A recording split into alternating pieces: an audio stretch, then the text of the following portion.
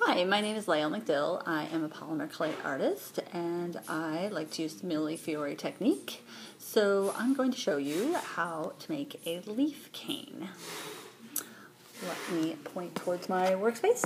So what I've got here are my colors that I have chosen, and I like to choose kind of a selection of colors going from lighter to darker, and a lot of times when I do the leaf canes I like to keep it very subtle, a very subtle change, not as big of a difference.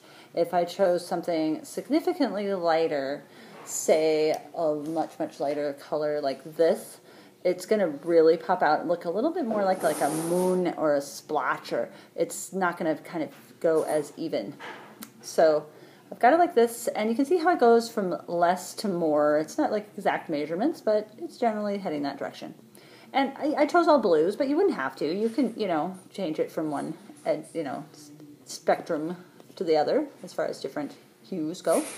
So to start out, you just take your smallest color, roll that into a worm that is very short, just a short little worm, something like that, about 1 inch. Then your next one is just going to be a blanket that goes around that, and that's basically what we're doing. Some people might call this making a Skinner blend, which you can do with your pasta machine, but I like to do things just mostly by hand, so you don't have to have all that fancy equipment. So I rolled that. Now it's not quite going to reach, so I just keep going until it is big enough to go all the way around. This color might be a little small. I might have wanted it to be a little bigger. Sometimes it's just going to be a little bit small, but it's a very subtle change, so it doesn't matter as much. Now, I'm not going to also be very picky about overlap, or if I'm going to want, things to meet up exact. I'm just going to let it go wherever it goes, overlap or just meet up. Just want to make sure you get it really all the way around, like that. And then I'm going to go with the next color. So each color I'm just flattening down. A lot of times it helps to sort of roll it in your hands. Roll it and squish it, and flatten towards a blanket that will go all the way around everything. So something like that. It's getting pretty close. Now, if I just wrap that, I'd have these little spots showing. So I'm going to straighten my ends out just by tugging them and squishing them, and they come in pretty close to each other. There we go. That's how it goes, getting a little bit more and more colors. So next color has my 2 chunks of Peacock Blue.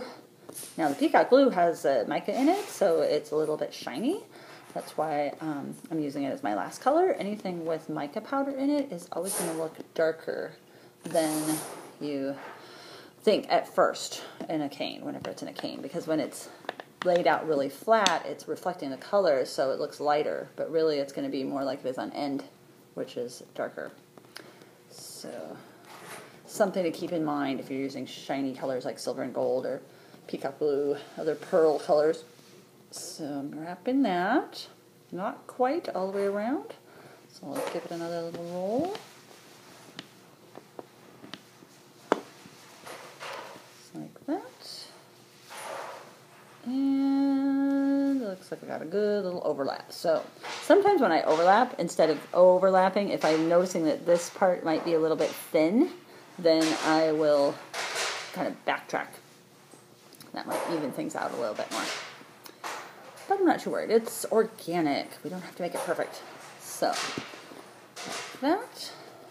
Now, the trick is, if I'm smoothing it out, I don't want it to get really long.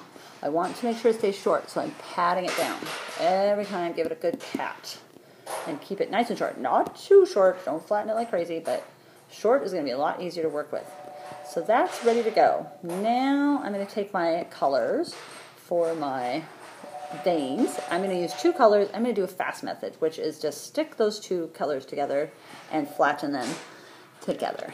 So I'm going like that, and then I'm working it down, and this I want to be extremely flat, so I am thinking paper thin, and I'm also going to want to make sure it is as wide as this, as my cane, the leaf cane part, right? So I'm working that direction, and flattening. It doesn't have to be really straight or anything. Just make sure that generally it is the same, or at least wider. It can be wider and you can trim it. But so I'm laying it out like that, and I'm going to see if I have at least like 1, 2, 3, 4. 4 is good.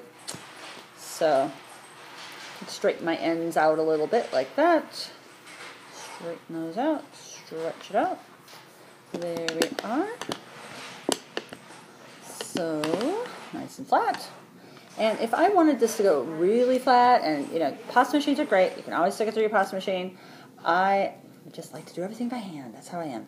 So if you're finding it sticking to the table, I'm not having that problem right now, but sometimes what I'll use is a piece of label paper. It's very handy, and I can stick that on there, and then it's easier to peel away from the paper. So I'll just use that just because I've got it. And now, planning where my cuts are going to go, where my veins are going to go. So this is my my design, and I'm going to make a mark across the diameter. So there's a mark on the diameter there. And now I'm going to make a mark that is at an angle from that diameter. And I'm going to make another mark. So I could do just 2, but I think I'll do 3. So they're at an angle from that perpendicular diameter slice. So I'm going to do the diameter slice last. I'm going to do the angle slices first. So start with your angle slices and slice all the way down. So I'm taking that off, and I'm going to stick it on my flat piece that I made, and then I'm going to cut that out. So making it fit right on that flat side. And this is where the label paper is really handy. Peel away. Now I don't really worry if that doesn't totally cover because it's organic. Now when I stick it back on there, I'm going to really watch for that diameter little cut and make sure it's there. If it's not, then I've got it flipped over the wrong way. So put it back together just like a little puzzle and move on down the line, doing the next one. And layering it on there. And slicing it out, just like that. And peeling it away. Putting it back. Now you may want to think about which way they're going again. And then do another slice. And when it comes to picking your colors for your veins, something that really contrasts with all of your colors is nice. A complementary color is one of my favorite ways to go, which I did on this. The orange, complementary to the turquoise. And then some yellow to make it really pop. Alright, so I have it flipped over, so I want to check it, make sure it's right, stick it back together. There's my diameter. Now here's where the magic happens. I'm going to take that diameter and slice straight down through the diameter.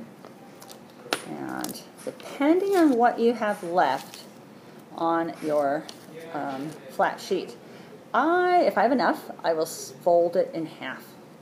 That will give me an interesting center. So I've folded it in half and maybe stretch it just a little so it's not super thick, but a little thick is okay.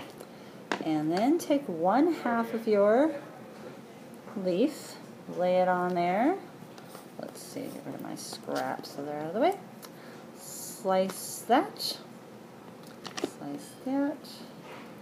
Get it all trimmed up. Now, here is the important part. Take these, when you put them back together again, you are not going to put them back how they would have been. You're going to flip one of them over, and you can see how it starts to turn into a leaf.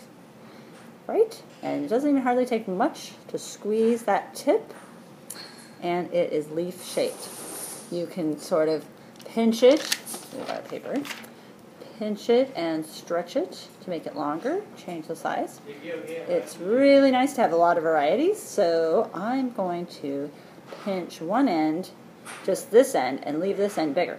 So I'm going to work that down and work that down, and then I can have tiny leaves. But this is a little tricky. Sometimes what I'll do is roll it to keep it sort of round, And it's a matter of just stretching ever so gradually. You'll probably take your time even more than I am. Luckily, my clay's pretty soft. If your clay is harder and not as stretchy, you really have to take your time or things will break up. So, I can slice wherever I want, and I've got a leaf. So, you can see how those subtle colors really work nice, and that contrast from the vein is really great. So, there you go. Now you've got little leaves you can use on all kinds of projects.